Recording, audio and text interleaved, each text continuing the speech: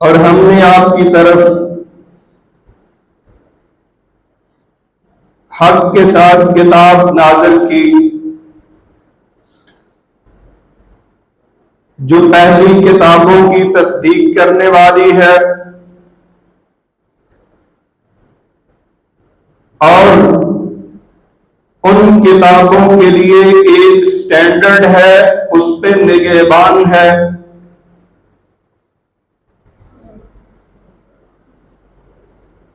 तो आप लोगों के दरमियान उसके साथ फैसला करें जो अल्लाह ने आपकी तरफ नाज़िल फरमाया और आप लोगों की ख्वाहिशात के पीछे मत चले जिसके बारे में अल्लाह ताला ने शरीयत उतार दी है। हज़रात मोहतरम, आसान दीन और दीन के तीसरे जुज जो मकासद शरीयत हैं, जो शरई कवानीन हैं, जो अल्लाह और उसके रसूल के बनाए गए, उन पर उतारे गए कवानीन हैं, उनके मकासद के सिलसिले में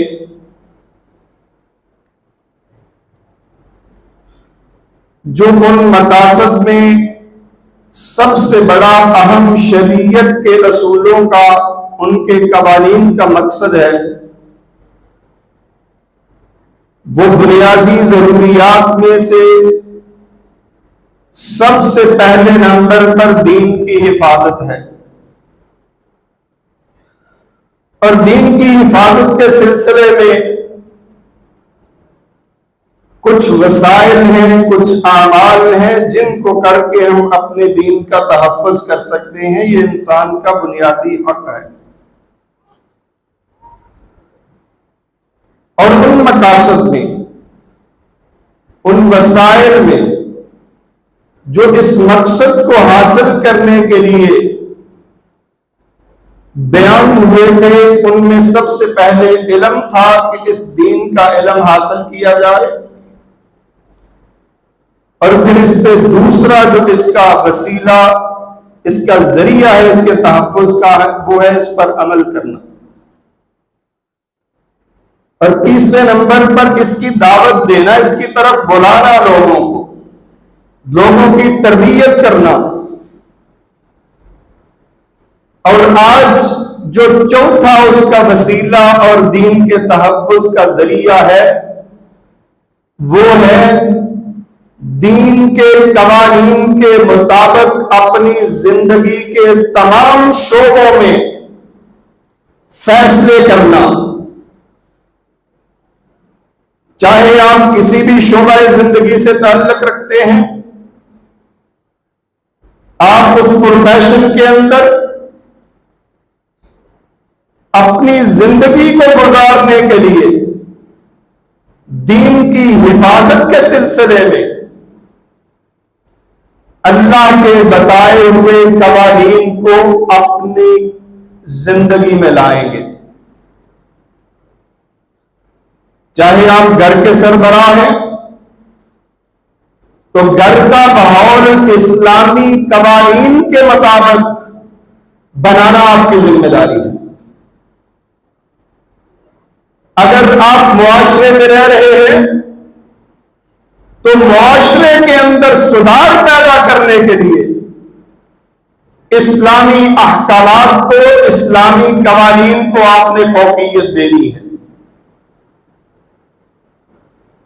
अगर आप हुक्मरान हैं, किसी शोबे के इंचार्ज हैं या हुक्मरान हैं, आपकी यह जिम्मेदारी बनती है कि आप अपने पूरे शोबे को, अपने पूरे महकमे को, अगर आप पूरे मुल्क और सल्तनत के हाकिम हैं तो ये आपकी जिम्मेदारी है कि इस इस्लामी कवानीन के मुताबिक उस अपने तमाम शोबा है, जितने भी शोबे आपकी सल्तनत के हैं, वो इस्लामी कानून के मुताबिक होने चाहिए।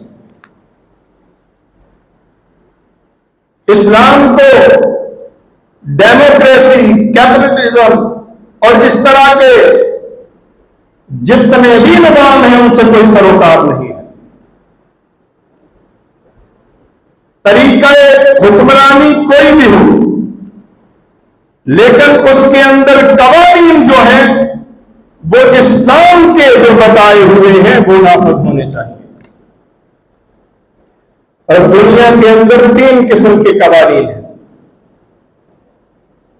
एक कवानीन है कुदरत, जो मेरी जात के अंदर चल रहे हैं और जो इस पूरी कायनात के अंदर चल रहे हैं, और मेरे जिस्म के अंदर अल्लाह का ये असूल जो अल्लाह ने मुझे अकल दी है, वो रीजनिंग देता है, वो किसी काम के करने की वजह पहले सोचता है।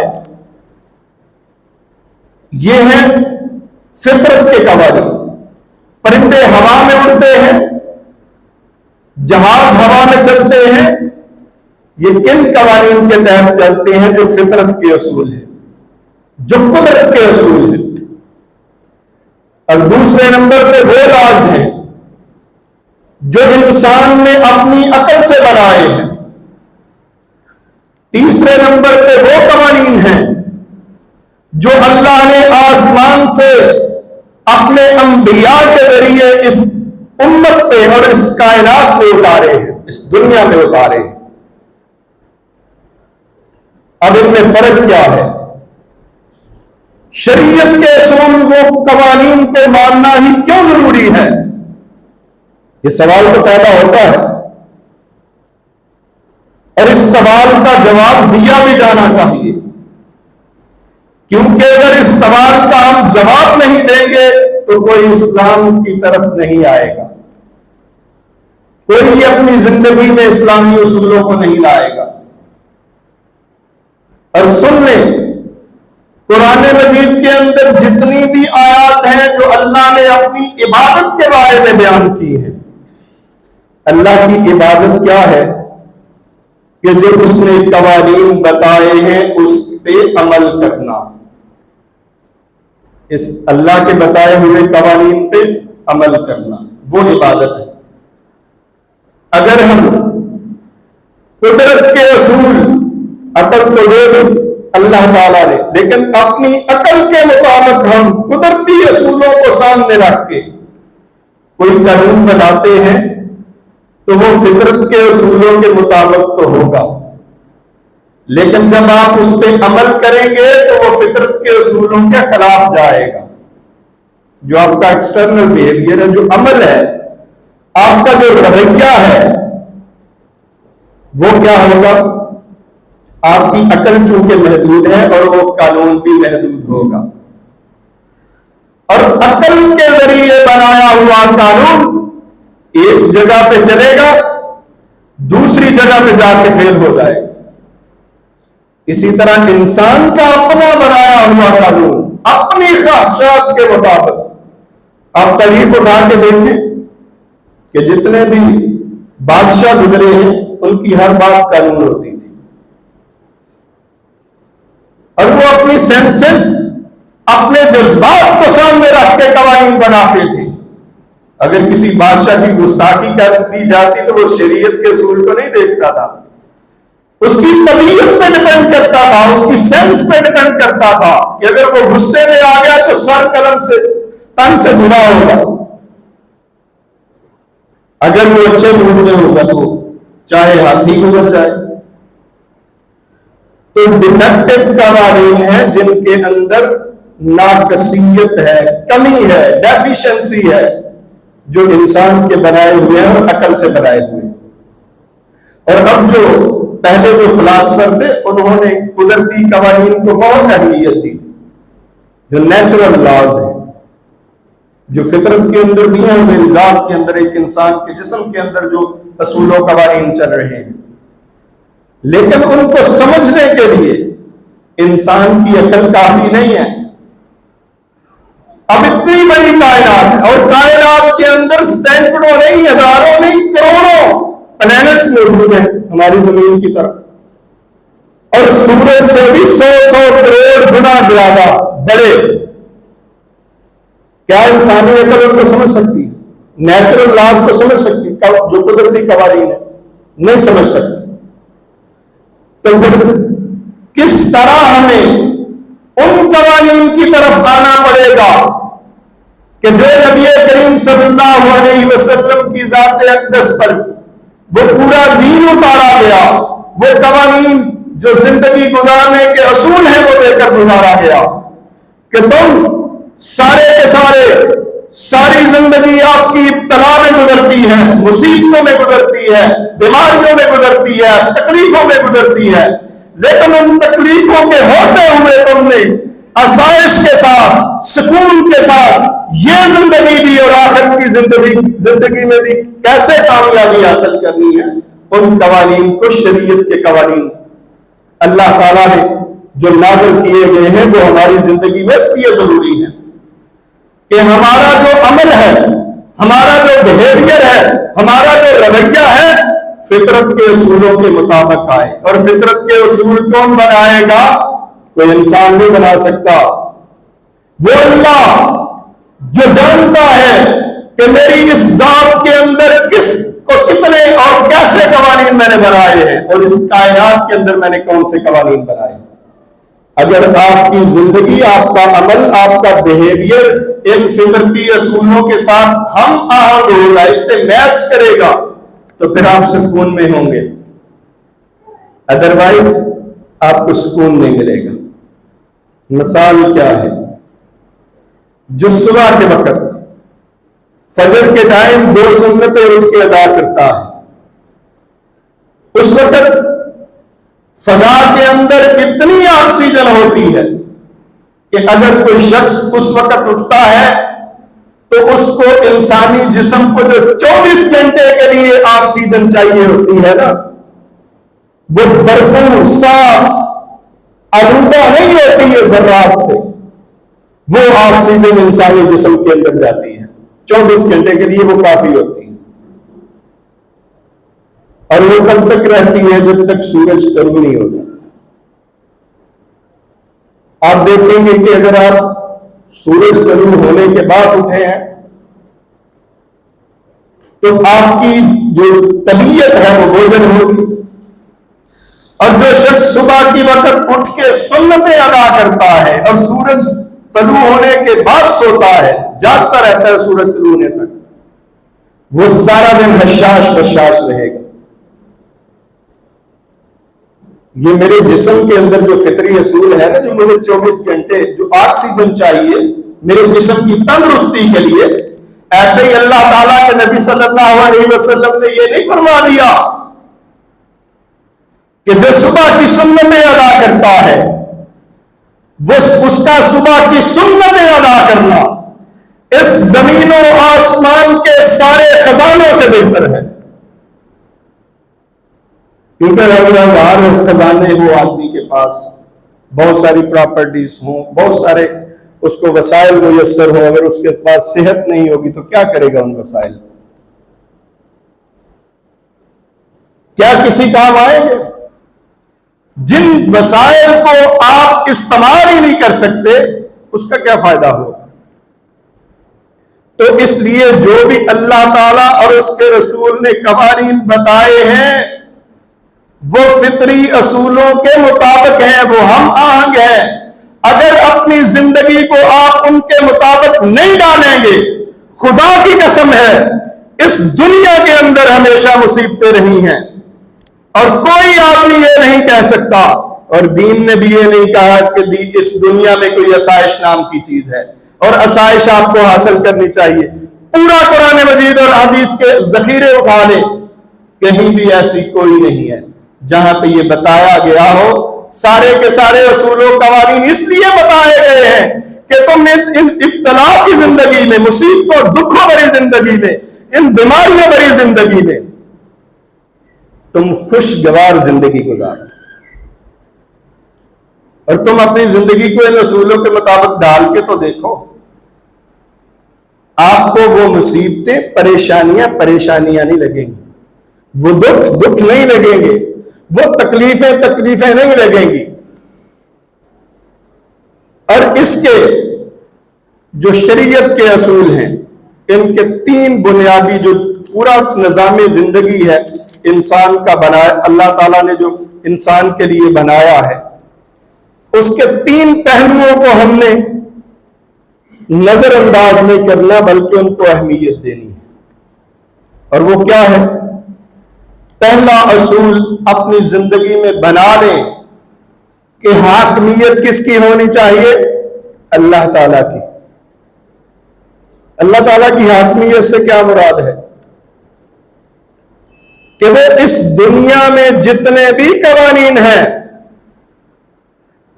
अगर कोई कानून इस दुनिया में नाफिज हो सकता है तो सिर्फ उसका हो सकता है और वो सारे कवानीन पे हावी है।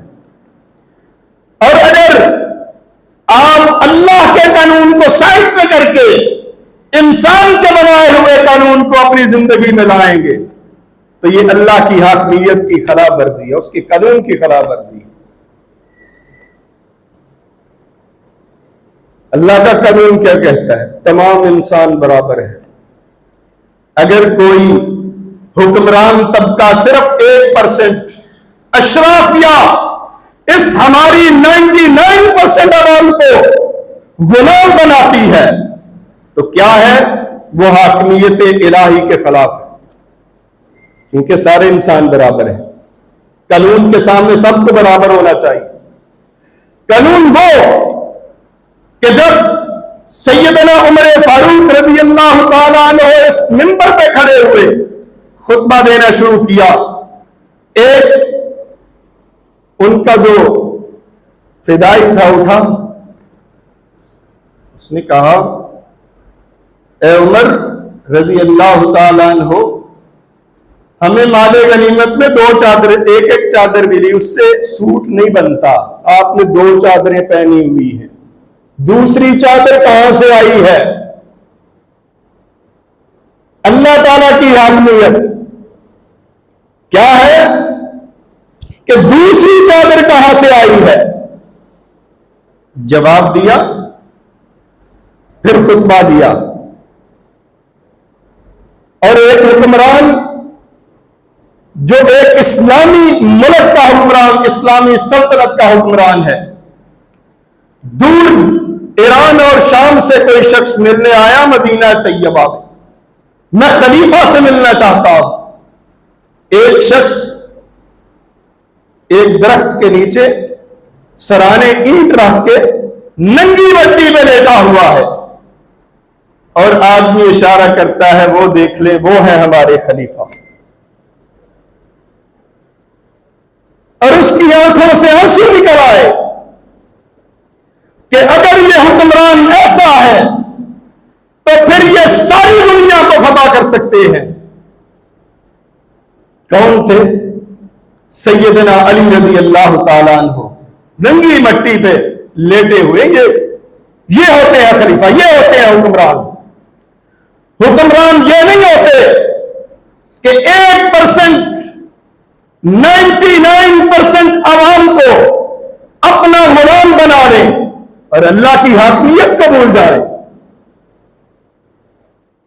क्या यह है?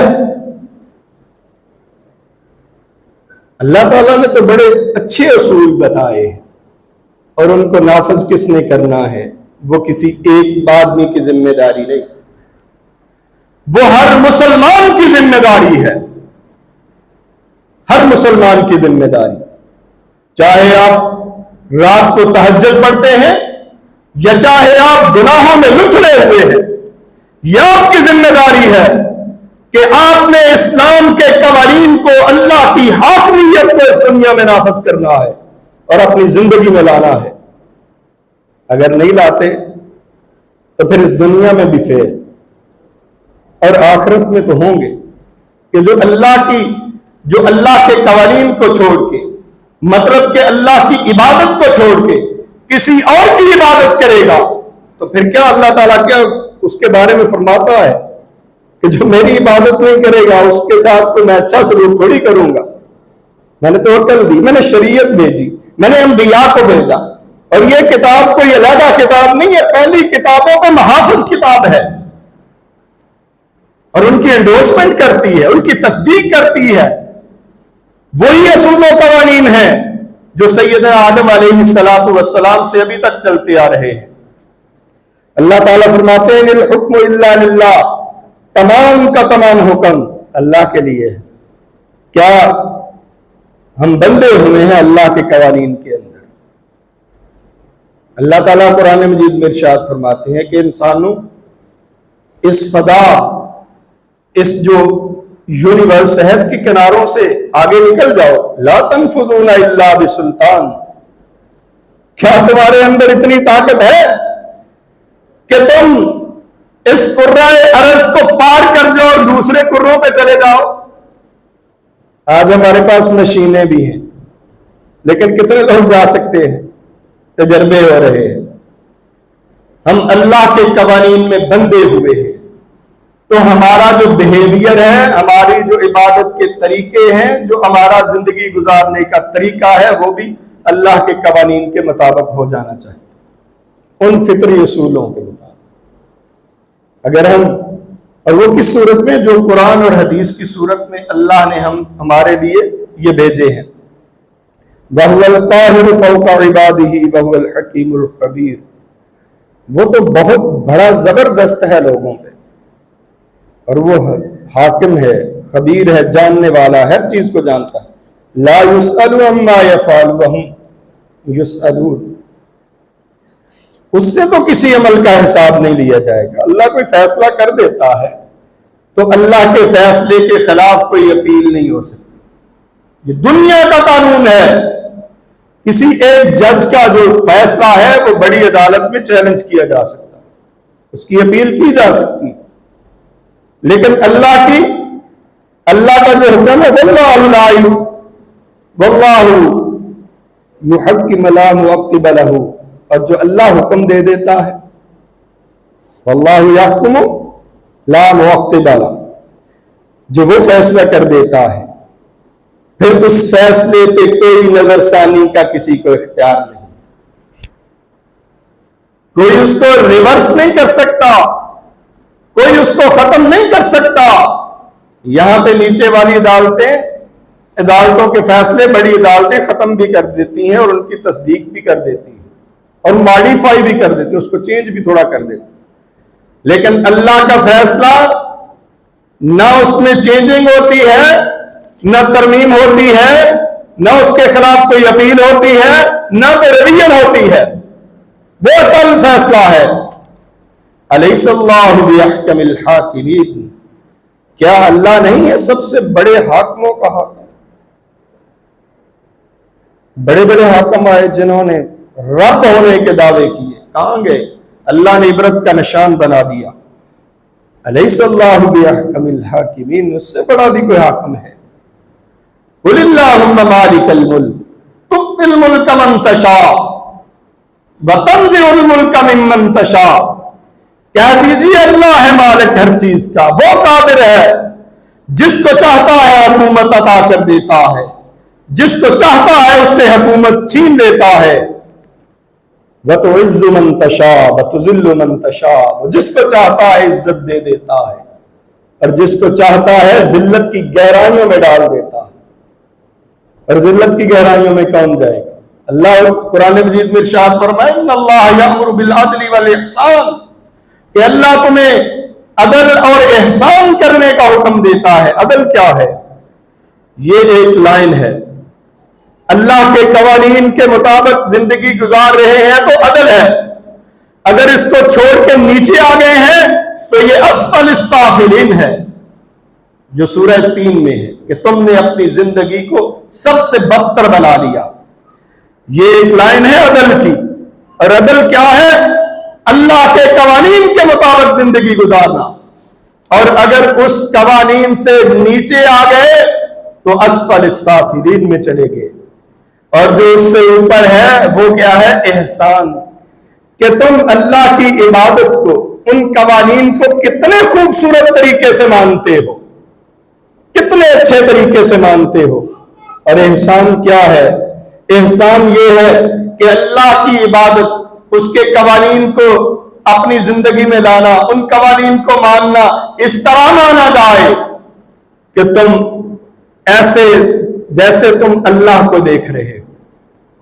और अगर ये आपके जहन में नहीं आता तसव्वुर, तो कम अज कम इतना तसव्वुर तो आना चाहिए कि अल्लाह तुम्हें देख रहा है, अल्लाह तुम्हें देख रहा है। यह तसव्वुर इंसान के जहन में होना चाहिए। और अगर ये हम तसव्वुर नहीं लाएंगे तो हम अदल पे कायम नहीं रह सकते। और जो इंसान के बनाए हुए कानून हैं वो क्या है? वो डिफेक्टिव है। अगर उन पे अमल करेंगे तो हम अस्फल साफिलीन में जाएंगे। अगर हम अल्लाह के बनाए हुए कानून के मुताबिक अपनी जिंदगी को लाएंगे तो अदल पे चलेंगे और उसकी खूबसूरती जो है वो बढ़ाते जाएं, वो एहसान में जाएगा इंसान, कि जितना अल्लाह का खौफ दिल में होगा उतना ही वो शरीयत का पाबंद होगा। और दुनिया के कानून जो हैं वो जबरदस्ती मनवाए जाते हैं, लेकिन अल्लाह का कानून मोहब्बत की बिना पर, अल्लाह के डर की बिना पर होता है, सिर्फ एक अल्लाह की डर की बिना पर, और किसी इंसान के डर की बिना पर नहीं। और दूसरा जो इस्लामी कवानीन का जो सबसे अहम जुज़व है वो ये है कि इंसान इस दुनिया में अल्लाह का खलीफा है। खलीफा किस लिए? उसकी शरीयत को तुमने इस दुनिया में नाफिज करना है। और शरीयत कोई झंडा नहीं है जो हमने पकड़ के किसी जगह पे लगा देना है। शरीयत क्या है? उसके कवानीन पे अमल करना। अपनी जिंदगी को प्रैक्टिकल बनाना, अमली जिंदगी में उन कवानीन को लाना, और उसके लिए उसको नाफिज करने के लिए दो जरिए, और दोनों एट ए टाइम चलते हैं। एक को पकड़ के दूसरे को भूल जाना, यह खिलाफत की जिम्मेदारी हल नहीं होती। वो क्या है? पहला तरीका है कि लोगों को दावत दी जाए, और दूसरा तरीका क्या है कि जो अल्लाह की हाकमियत के सामने खड़ा होता है, अल्लाह के कवानीन की मुखालफत करता है, उसके खिलाफ अपने हाथ को उठाया जाए, जुबान को नहीं, हाथ को उठाया जाए। और ये दोनों जरिए एक टाइम चलते हैं। आज हम सिर्फ नमाज पढ़ के, सिर्फ वो 5 अरकान पूरे करके समझ लेते हैं कि हमने अल्लाह के खलीफा होने का हक अदा कर दिया है, तो ये गलत बात है। जागे ख्वाबे गफलत से, एक हाथ में कुरान और हदीस की तबलीग होनी चाहिए, और दूसरे हाथ के अंदर वो लोग जो इस्लाम के कवानीन के मुखालिफ हैं, उनके हाथों को रोका जाए और उस निजाम के खिलाफ उठा जाए, उसको तोड़ा जाए, उसको खत्म किया जाए। यह आपकी जिम्मेदारी है। हमने कौन सा इस्लाम समझा है, इस पे हम अगले जुमे बात करेंगे। जिहाद के कॉन्सेप्ट में जो जिहाद का हमें कॉन्सेप्ट दिया गया है ना, वो कॉन्सेप्ट वो मगरबी उलमा, जो मगरब के गैर मुस्लिम लोग जिन्होंने किताबें लिखी इस्लाम पे, उनसे हमने मुतासिर होकर अपने इस जिहाद के जो सिस्टम है, उसका कॉन्सेप्ट है, उसके तसव्वुर को ही खराब कर लिया है। और जब से उस तसव्वुर को हमने छोड़ा है, जूते खा रहे हैं। आज तुम्हारे एक छोटे से बच्चे को फलस्तीन के अंदर और कश्मीर के अंदर ज़बह कर दिया जाता है, किसी मुसलमान हुक्मरान के मुंह में जुबान ऐसी नहीं है जो सिर्फ जुबान से ही उसकी मजम्मत कर दे। क्यों? कि हमने इस्लाम के कॉन्सेप्ट को नहीं समझा, इस्लाम के दीन के, उनके असूल और उनके कवानीन के जो तसव्वुरात हैं, उनको हमने पीछे कर दिया। क्या यह खिलाफत है कि तुम्हारे सामने तुम्हारे ही अकीदे के लोगों को ज़बह किया जाए और तुम खामोश रहो, और तुम मुसल्ले पे खड़े होके तहज्जुदें पढ़ते रहो? अल्लाह के नबी सल्लल्लाहु अलैहि वसल्लम फरमाते हैं कि एक आदिल हुक्मरान जो शरीयत के कानून को नाफिज करता है, जो अदल करता है लोगों में, क़यामत के दिन अल्लाह के अर्श के साये के नीचे होगा, जिस दिन किसी चीज का साया नहीं होगा। सबसे पहला आदमी। और यह भी फरमाया कि जो शरीयत के असूलों के मुताबिक अपनी जिंदगी को डालता है, उनको मुआशरे में नाफिज करता है, वो अपने लोगों को सबसे ज्यादा नफा पहुंचाने वाला है।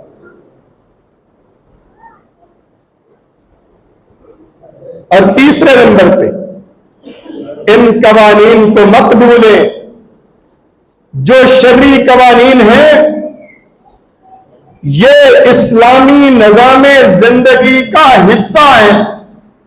अगर इनको निकाल दिया जाए तो इस्लाम उसी तरह का होगा जिस तरह आज हमारे सामने है।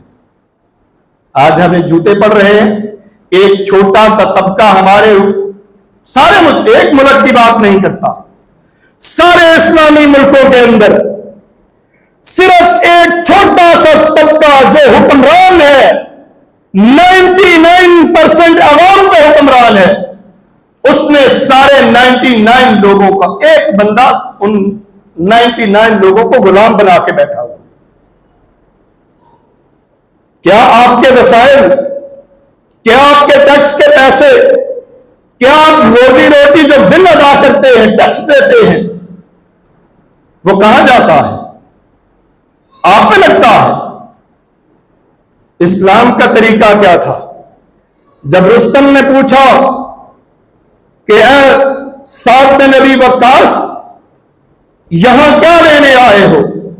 तुम्हारा तो मुल्क अरब है, तुम्हारा तो दीन वहां से शुरू हुआ, तुम्हारी सल्तनत वो है, तुम यहां ईरान में क्या लेने आए हो? तो क्या कहा था उन्होंने? क्या उन्होंने कहा था कि हम लंबी लंबी तहज्जुदें पढ़ते हैं? ये तो आपका जाती अमल है, लेकिन इसका लोगों को क्या फायदा है? जब तब फायदा होगा जब आप इन इस्लामी कवानीन को अपनी जिंदगी में लाकर दो लोगों को नफा पहुंचाएंगे। क्या कहा था कि हमें भेजा गया है, कि हमारे रसूल आए, उन्होंने कवानीन दिए और अल्लाह ताला की हाकमियत को इस दुनिया में कायम करने आए हैं। इसलिए आए हैं कि हम जहालत की तरीकियों को खत्म कर दें और लोगों को इस्लाम के नूर की तरफ लाएं। और जो तुमने इन इंसानों को गुलाम बना रखा है, इनको इंसानों की गुलामी से आजाद करके रब की गुलामी में देने आए हैं। क्या उन्होंने कहा था कि आपने तो हम पे हमला नहीं किया? जो हमें कॉन्सेप्ट दिया गया है जहाद का कि सिर्फ जी अपने जो मुल्क है उसकी हिफाजत करना जहाद है, तो फिर तो अरब से सहाबा कराम को निकलना नहीं चाहिए था, मदीना तैयबा से आगे जाना ही नहीं चाहिए था अगर ये तसव्वुर जहाद का हो। तो इसको कैसे हमने नाफिज करना है? एक तरफ एक हाथ में कुरान और हदीस के जरिए लोगों को इसकी तरफ बुलाना है, उनकी तरबियत करनी है। दूसरे हाथ में हमने तलवार थामनी है कि जो इस इस्लामी निजाम के उन अहकामात को नहीं मानता या उसके अंदर रुकावट बनना चाहता है, जो इंसानों को इंसानों का गुलाम बनाना चाहता है, उसको हमने हाथ से पकड़ के साइड पे करना है। उसके लिए जो जहाद का कॉन्सेप्ट ना, किताल, जो लड़ाई करना है, वो इतना सा है पूरे इस्लामी जहाद के अंदर। जहाद सिर्फ वो किताल करना, जंग तो हर वक्त नहीं होती, जबकि नबी करीम सल्लल्लाहु अलैहि वसल्लम ने फरमाया कि जहाद तो क़यामत तक जारी रहेगा। अब कौन सी जंग हो रही है कुफर इस्लाम की, बताएं? आज से 300 साल पहले मुसलमानों ने जंगे खौफ, जो नमाज खौफ है, वो अदा की है, वो तुर्की के अंदर। तब से तो मुसलमानों ने जहाद ही कोई नहीं किया। इसका मतलब है कि नबी करीम सल्लल्लाहु अलैहि वसल्लम की बात जो है, जो हमारा कॉन्सेप्ट है जहाद का, फिर तो उनकी बात नऊज़ुबिल्लाह गलत हो गई। मतलब यह है कि आप अपने घर के सरबराह हैं, आपने अपने घर के अंदर इस्लाम को लाना है, आपके बच्चों की लाइफ के अंदर इस्लाम हो, उनका उठना बैठना इस्लामी तरीके के मुताबिक हो, उनका बात करना इस्लामी तरीके के मुताबिक हो। अगर मुआशरे के अंदर अल्लाह ने आपको इज्जत दी है, अल्लाह ने आपकी सुनी है, आपको मकाम दिया है, तो उस मकाम को भी इस्तेमाल करके इस्लामी कानूनों के कवानीन के मुताबिक लोगों को डील करें। यह खिलाफत है। ये अल्लाह ताला ने जो हमारी जिम्मेदारी लगाई है, वो ये जिम्मेदारी है। और ये जिम्मेदारी कैसे पूरी हो सकती है, और हम शरीयत के कवानीन को कैसे हम अपनी जिंदगी में ला सकते हैं? उसके लिए वो शर्त है जो नबी करीम सल्लल्लाहु अलैहि वसल्लम ने लगाई थी। सैयदना उमर रज़ी अल्लाह ताला अन्हु का हाथ थामा हुआ है, प्यार से पूछते हैं, उमर मुझसे कितनी मोहब्बत है? उमर रज़ी अल्लाह ताला अन्हु अर्ज़ करते हैं, अल्लाह के रसूल, अपनी जान से अलावा हर चीज से ज्यादा बढ़कर मोहब्बत है। अल्लाह के नबी सल्लल्लाहु अलैहि वसल्लम इरशाद फरमाते हैं कि ए उमर, तुम मोमिन नहीं हुए, ए उमर तुम मोमिन नहीं हुए। फिर कुछ दिन सोचते रहे, फिर आए अल्लाह के रसूल सल्लल्लाहु अलैहि वसल्लम को अर्ज किया, अल्लाह के रसूल, अब मेरी जान से भी ज्यादा मुझको आप प्यारे हैं। फरमाया कि उमर, अब ईमान वाले हुए हो। और यही उमर रज़ी अल्लाह ताला अन्हु एक जंग से बड़ा खूबसूरत दुपट्टा, बहुत महंगा, माले गनीमत में आता है। वो नजर दौड़ाते हैं कि किसको दिया जाए, किस खातून के सर पे ये दुपट्टा दिया जाए, किसको जचेगा। और लोगों ने क्या राय दी कि अपने बेटे अब्दुल्ला की बीवी को दे दीजिए। ऐसे लोग राय देते हैं ना जो हुक्मरानों के गिर्द होते हैं, उनके बारे में हम ऐसा गुमान नहीं कर सकते। लेकिन आजकल क्या है, खुशामदी सारे इकट्ठे हुए, उन्होंने सोचा और फिर एक औरत जहन में आई। वो कौन थी? उम्मे अम्मारा रजी अल्लाह अन्हा। फरमाया कि ये उस खातून को दुपट्टा दूंगा। क्यों? क्योंकि उसने उहद में मैंने नबी करीम सल्लल्लाहु अलैहि वसल्लम को फरमाते हुए सुना है कि उसने अपने नबी की मोहब्बत के अंदर, उस जंग के अंदर अपने खामन को, अपने दो बेटों को और खुद उस जंग के अंदर उतारा था।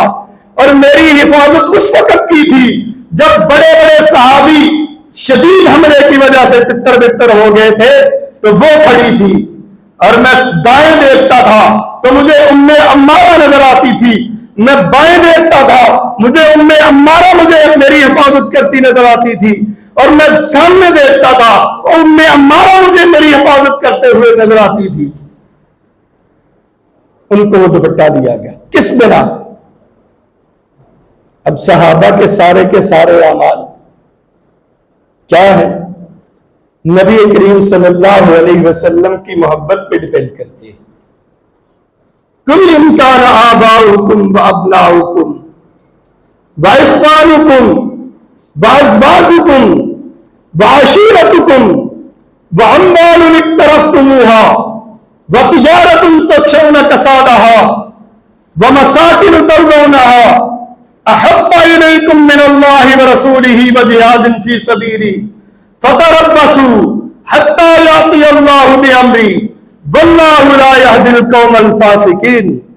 सुन लो लोगों, सुन लो, इनकान आबाउकुम, अगर तुम्हारे सामने तुम्हारी तरजीह यह है कि मेरे नबी की मोहब्बत एक तरफ हो, तुम्हारा बाप एक तरफ हो, तुमने मेरे नबी की मोहब्बत को साइड पे करके, उसके बताए हुए असूल को साइड पे करके अपने बाप की बात मानी, अपने बेटों के पीछे चले, अपने भाइयों के पीछे चले और अपनी बीवी की बात मानी और अपने खानदान की बात मानी, और वो तिजारत, वो माल जो तुमने कमाया उसके खत्म हो जाने का अगर तुम्हें डर है, और वो तिजारत जिसके खत्म हो जाने का आपको डर है, तो फिर क्या है कि अल्लाह के हुक्म का इंतजार करो।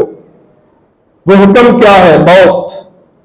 मौत के बाद क्या आपकी औकात होगी, क्या इख्तियार होगा? अभी तो अल्लाह ताला ने एक टांग पे खड़े होने का इंसान को इख्तियार दिया है, अच्छी सोच और बुरी सोच रखने का इख्तियार दिया है, अच्छे अमल को इख्तियार करने और बुरे अमल को इख्तियार करने का इख्तियार दिया है।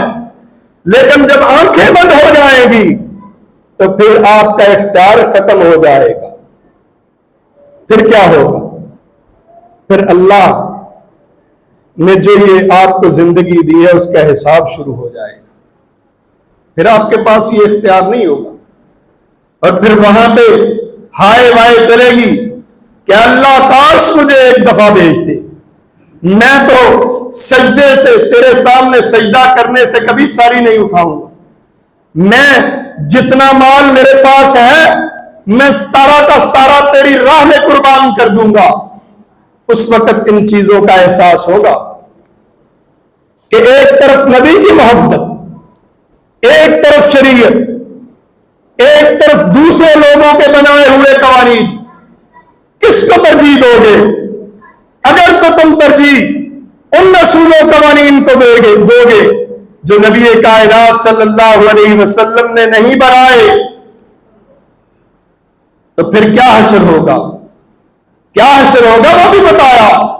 कोई चीज अल्लाह के नबी ने सल्लल्लाहु अलैहि वसल्लम ने कोई अधूरी नहीं छोड़ी, फिर पर्दे के पीछे नहीं रखी।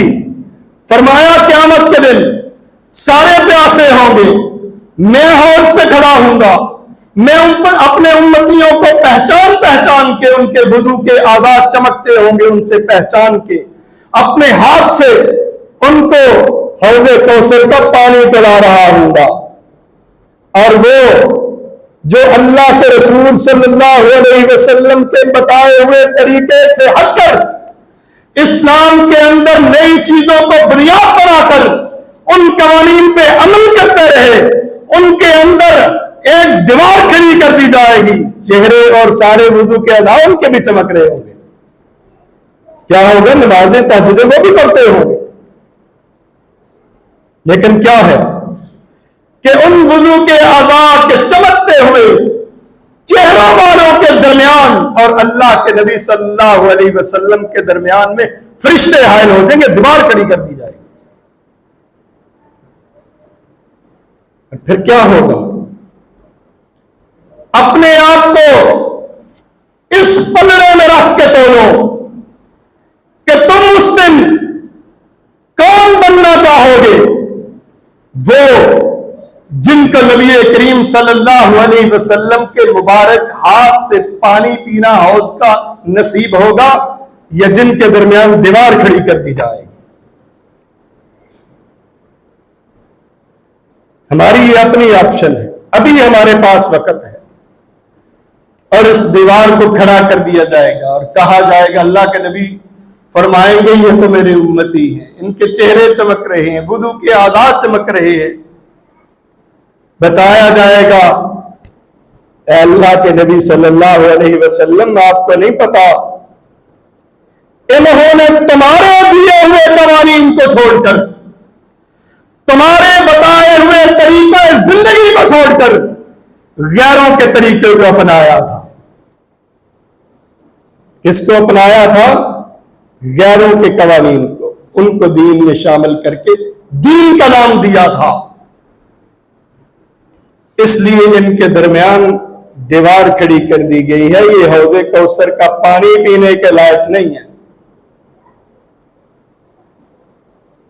और ये जो सैयदा उम्मे अम्मारा रज़ी अल्लाह ताला अन्हा है, क्या है कि अल्लाह के नबी सल्लल्लाहु अलैहि वसल्लम जब जंगे उहद में थे, जब कुफ्फार बार बार आप पे हमला कर रहे थे, और इनका बेटा अब्दुल्ला और इनका दूसरा बेटा हबीब दोनों अपनी मां के साथ नबी करीम सल्लल्लाहु अलैहि वसल्लम की हिफाजत कर रहे थे। जब मुसलमानों का पलड़ा भारी था, तो ये सिर्फ इनका काम ये था कि मुश्कीज़े से पानी भर के जख्मियों को पिलाती, उनकी मरहम पट्टी करती।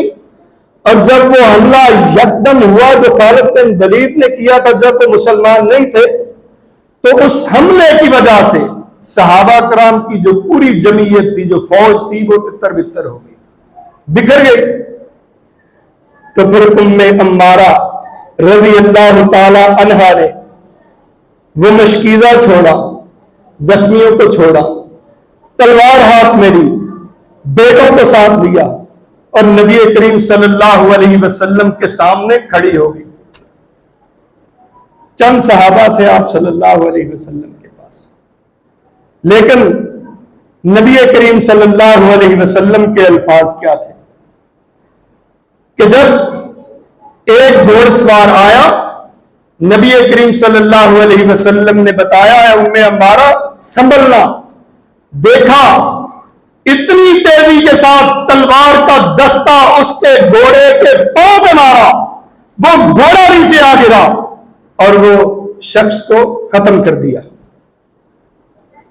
और फिर नबी करीम सल्लल्लाहु अलैहि वसल्लम ने ये देख के पता क्या कहा था, मन युतीकु मा तुतीकीन, कि जो ताकत, जो सरफरोशी, जो हिम्मत और जो जज्बा तुम्हारे अंदर है किसी शख्स में नहीं हो सकता।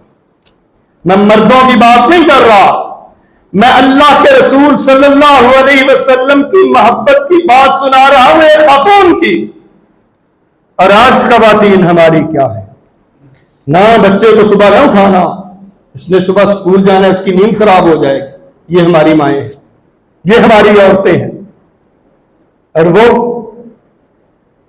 दोनों बेटों को आज जंग हो ना, आज को दीन के लिए उठे तो हम अपने बच्चों को रोक लेते हैं, बेटा इसके साथ न जाना, ये दीन की वजह से लड़ पड़ता है,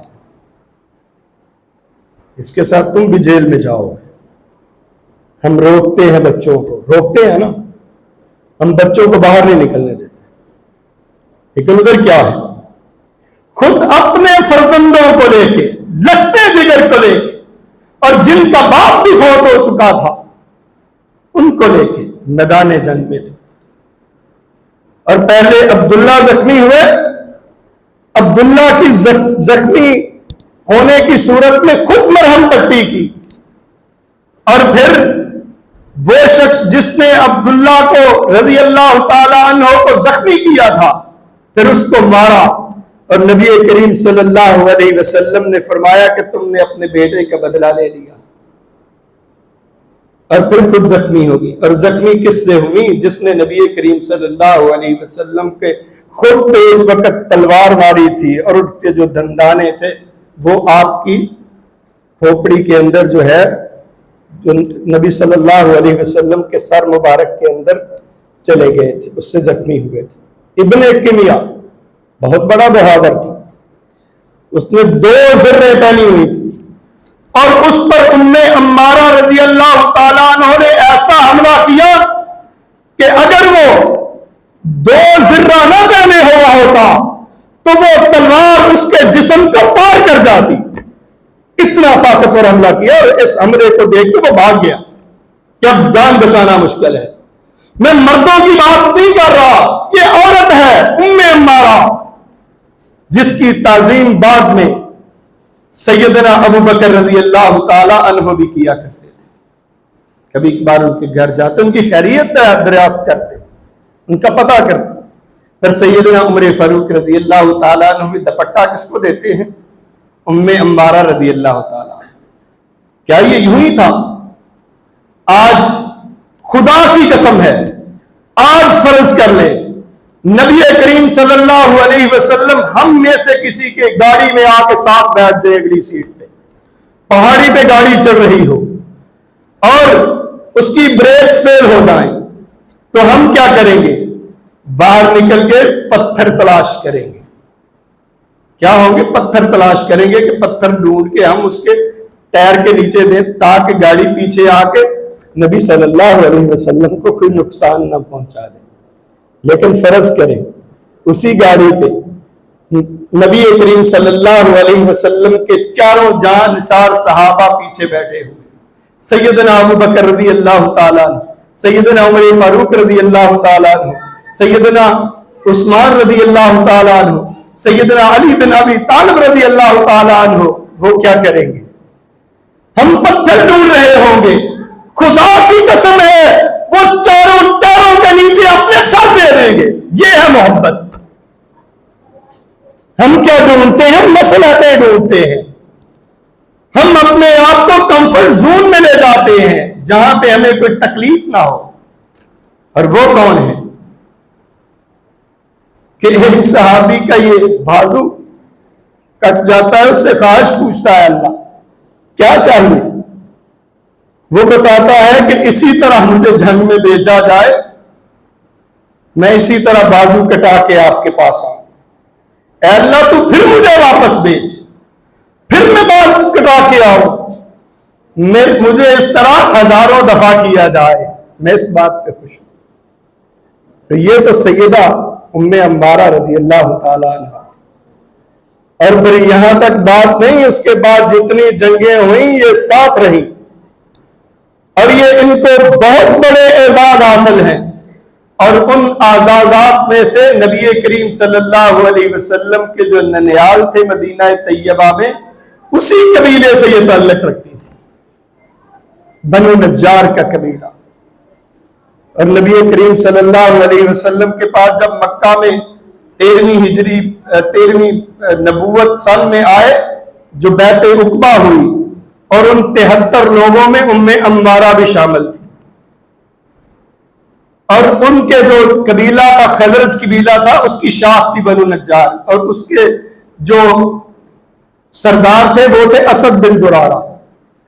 वो जब नबी करीम सल्लल्लाहु अलैहि वसल्लम मदीना तैयबा तशरीफ लाए तो थोड़े अरसे बाद वो फौत हो गए, और फिर उनके कबीले के लोग नबी करीम सल्लल्लाहु अलैहि वसल्लम के पास आए, तो पास आके क्या कहते हैं कि अल्लाह के नबी, हमारा नकीब जो था असद बिन जुरारा वो दुनिया से चला गया है, हमारे कबीले में से किसी को अपना, हमारे कबीले का नकीब सरदार मुकर्रर कर दें। तो नबी करीम सल्लल्लाहु अलैहि वसल्लम ने क्या फरमाया? फरमाया कि तुम मेरे मामू के लोग हो, तुम मेरे ननियाल हो। मुझे तो वो बचपन के दिन याद है कि जब मैं अपनी मां के साथ आया था, 6 साल का था, मैंने वो घर देखा जहां मैं रहा था 1 महीना, और मैंने वो तालाब भी देखा, मुझे वो भी याद है जहां मैंने तैरना सीखा था। मुझे वो मैदान भी याद है इस मदीने का जहां पे मैं खेला करता था, 1 महीना खेला। और फिर 6 साल की उम्र में नबी करीम सल्लल्लाहु अलैहि वसल्लम वालिदा वापसी पे वफात पा गए। तुम तो मेरे ननियाल के लोग हो, मैं तुम्हारा नकीब हूं। और फिर जब नबी करीम सल्लल्लाहु अलैहि वसल्लम को यह बात सैयदना उमर फारूक रज़ी अल्लाह ताला अन्हु को बताई कि जंग में ये हालात हुए, मैंने दाएं देखा उम्मे अम्मारा, मैंने सामने देखा उम्मे अम्मारा, मैंने बाएं देखा, उस दिन तो उम्मे अम्मारा ने मेरी हिफाजत का हक अदा कर दिया। और फिर नबी करीम सल्लल्लाहु अलैहि वसल्लम को अर्ज करती हैं, अल्लाह के नबी, कि सिर्फ एक ख्वाहिश है, आपकी मोहब्बत पे लाखों जाने कुर्बान, सिर्फ एक दुआ कर दीजिए कि क़यामत के दिन आपकी हमसायगी मुझे मिल जाए। अल्लाह के नबी सल्लल्लाहु अलैहि वसल्लम ने फरमाया, अल्लाहुम्मा अजअलहुम रुफक़ाई, अल्लाह इनको क़यामत के दिन मेरे रफीक बना दे। और उन्होंने क्या कहा था? मा उबारी मा असाबक मिन दुनिया, खुदा की कसम है मुझे कोई परवाह नहीं, दुनिया की सारी मुसीबतें अब मुझ पे आ जाए तो फिर भी मुझे कोई परवाह नहीं। क्यों? कि नबी करीम सल्लल्लाहु अलैहि वसल्लम की जो दुआ की हुई है वो कबूल होती है, तो जो उनके फरामीन हैं वो भी तो सच होने हैं ना। अब हम पे डिपेंड करता है कि हमने अब उनके हाथों से हौज़े कौसर पे पानी पीना है या फिर अपने सामने दीवार खड़ी करवानी है। और उस वक्त क्या हाल होगा जब खुद नबी करीम सल्लल्लाहु अलैहि वसल्लम के पास हम पानी पीने चाहें और वो अपने उम्मती को पानी पिलाने से इनकार कर दें, क्या हाल होगा? क्या आज अगर अल्लाह खुद हमें आवाज दे दे, ऐ लोगों कि तुम सारे के सारे जन्नती हो, सिर्फ तुमने एक काम करना है, सिर्फ 1 दिन और 1 रात 24 घंटे अपनी जिंदगी के वो दिखा दो जो तुमने अल्लाह और उसके रसूल के बताए हुए तरीकों के मुताबिक गुजारे हैं, तुम्हें जन्नत में भेज देता हूं। तो क्या हमारे अमाल हैं इस कदर? क्या हम इस आवाज पे हम पास हो जाएंगे? सोचना चाहिए ना। तो ये दीन कोई अल्लाह ताला के सहाबा ने मुफ्त में हमें नहीं दे दिया। अल्लाह के रसूल सल्लल्लाहु अलैहि वसल्लम को मारे खाना पड़ी, दंदान मुबारक शहीद करवाए, जख्मी हुए, शाबे अबी तालिब ने 3 साल कैद गुजारी, और कत्ल के इरादों से जो लोग आए थे उस मक्का को छोड़ा जिसको नबी करीम सल्लल्लाहु अलैहि वसल्लम से पहले तमाम अंबिया का जो ये किबला बनाया, आदम अलैहिस्सलाम से दुनिया का किबला ये था, उस मक्का शहर से निकलने पे मजबूर कर दिया गया। फिर जंगें लड़ी, सहाबा ने अपने बेटे कुर्बान किए, और क्या हम समझ लेते हैं कि बगैर कुर्बानी के हमें कुछ हासिल हो जाएगा? क्या हम कंफर्ट जोन में जाके क्या हम उन कुफ्फार का हाथ रोक लेंगे जो हमारे छोटे छोटे बच्चों को इसलिए कत्ल कर रहा है, शहीद कर रहा है कि वो सिर्फ अल्लाह का नाम लेते हैं, कि वो मुसलमान हैं? क्या हमारी जुबानें उनकी जुबानों को रोक लेंगी? सिर्फ जुबानें। क्या हमारे हाथ यूं ही रोक लेंगे? उनकी जुबानों पे पहुंच सकेंगे? उनकी जुबानों को रोक सकते हैं? जो आज गए दिन के साथ कुछ दिनों बाद, थोड़े अरसे बाद नबी करीम सल्लल्लाहु अलैहि वसल्लम की गुस्ताखी करते रहते हैं। किस वजह से है? कभी सोचा हमने? सिर्फ इस वजह से कि आज हमने कुरान और सुन्नत पे अमल करना छोड़ दिया, और कुरान और सुन्नत के वो तसव्वुरात, वो कवानीन जो हमें अल्लाह और उसके रसूल के सहाबा और अल्लाह के रसूल सल्लल्लाहु अलैहि वसल्लम ने अपनी जिंदगी में खुद नाफिज करके दिखाए, उन तसव्वुरात को हमने साइड पे कर दिया है, और हमारे इस्लाम के मुतल्लिक जो तसव्वुरात हैं वो और बन गए। हमारा नमाज पढ़ने का तरीका, हमारा हज करने का तरीका, हमारी जिंदगी का कोई भी तरीका ऐसा नहीं रहा जो अल्लाह और उसके रसूल के बताए हुए उसूलों के मुताबिक जिस तरह सहाबा कराम ने करके दिखाया था और खुद नबी करीम सल्लल्लाहु अलैहि वसल्लम ने अपनी जिंदगी में लाया था। तो इस्लामी दीन का तहफ़्फ़ुज़ कैसे किया जा सकता है, उसका चौथा ये बड़ा जरिया है कि हम अपने इस दीन को, दीन के असूलों को, शरीयत के असूलों को, इन कवानीन को अपनी जिंदगी में लाएं।